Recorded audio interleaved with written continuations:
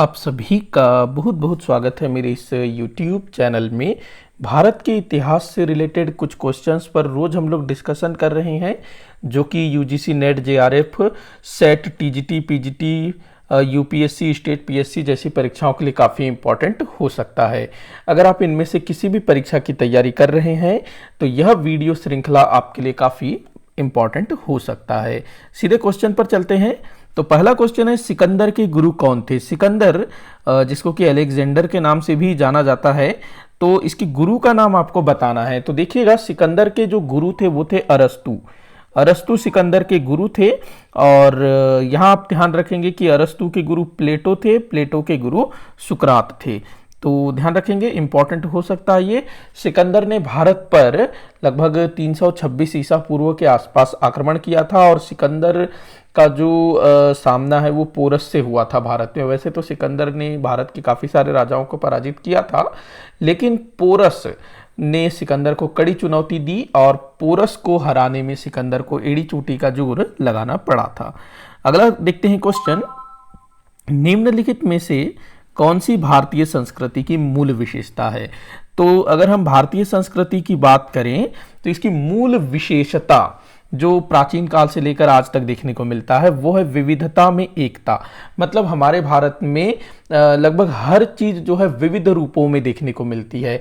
अगर हम बात करें भाषा की, बात करें बोली की, बात करें तो कुछ कुछ दूरी पर भाषा बोली जो है बदलती हुई देखने को मिलेगी। इसके अलावा जो हमारा जो खान पान है, हमारे जो धर्म संस्कृति है, जो रीति रिवाज है, इनमें जो है काफ़ी विविधताएं हैं।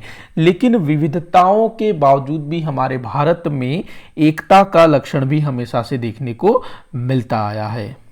बढ़ते हैं अगले क्वेश्चन की ओर। सिंधु घाटी सभ्यता के निम्नलिखित नगर गुजरात राज्य में स्थित है। तो इस तरह के क्वेश्चन काफी पूछे जाते हैं कि सिंधु घाटी सभ्यता के कौन से पुरा स्थल किस राज्य में स्थित हैं, इस टाइप से क्वेश्चन। तो आपको जो है सिंधु घाटी सभ्यता के सभी स्थलों का स्थिति ज्ञात होना बहुत जरूरी है।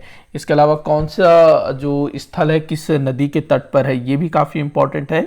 तो बात करते हैं गुजरात राज्य में स्थित क्षेत्रों की। सूरकोटदा की बात करें तो गुजरात में है सूरकोटदा। कालीबंगा जो है इसको हम मार्क कर लेते हैं। कालीबंगा कहाँ पर है? तो राजस्थान में। लोथल भी गुजरात में है। चन्हुदड़ों की बात करें तो ये पाकिस्तान में है, पाकिस्तान के सिंध प्रांत में।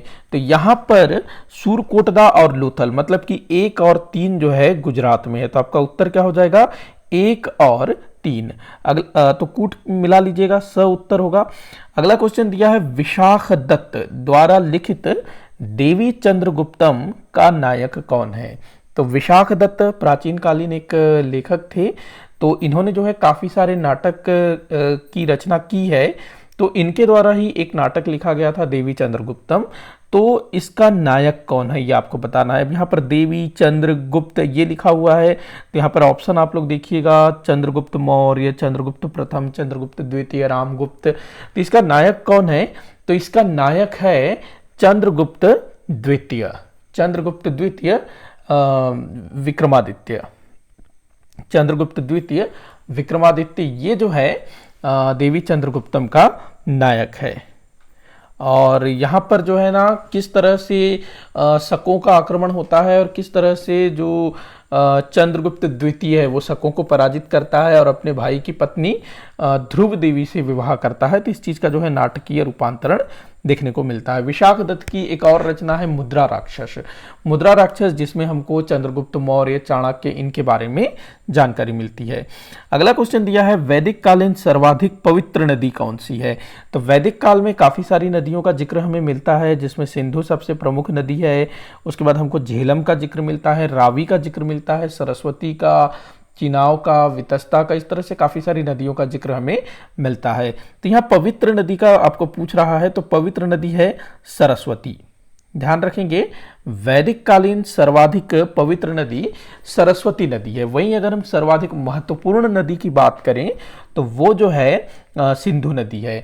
सरस्वती जो है पवित्र नदी है। सरस्वती को जो है नदीतमा भी कहा गया है। नदीतमा का मतलब है नदियों की माता। अगले क्वेश्चन को देखते हैं, निम्न 16 महाजनपद और उनकी राजधानी को सुमेलित करिए। तो 16 महाजनपद और उनकी राजधानी, ये आपको जो है सुमेलित करने को अक्सर पूछा जाता है। तो देख लेते हैं। कुरु जो महाजनपद है, इसकी राजधानी इंद्रप्रस्थ थी। मत्स्य महाजनपद की राजधानी विराटनगर। उसके बाद वत्स की राजधानी कौशाम्बी थी और चेदी महाजनपद की राजधानी थी शक्तिमती। तो आप जो है इस तरह से कूट मिलाइएगा। ये देख लीजिए कूट। अगला देखते हैं, मुगल काल में चांदी का सिक्का किस नाम से जाना जाता था? तो मुगल काल में चांदी का सिक्का किस नाम से जाना जाता था? तो रुपया के नाम से जाना जाता था।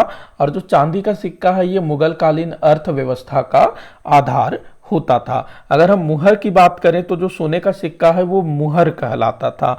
वहीं अगर हम दाम की बात करें तो जो तांबे का सिक्का होता था ना, वो मुगल काल में दाम कहलाता था। पहले वह टका के रूप में जाना जाता था दिल्ली सल्तनत काल में, लेकिन आगे चल करके ये जो है दाम के रूप में जाना जाने लगा।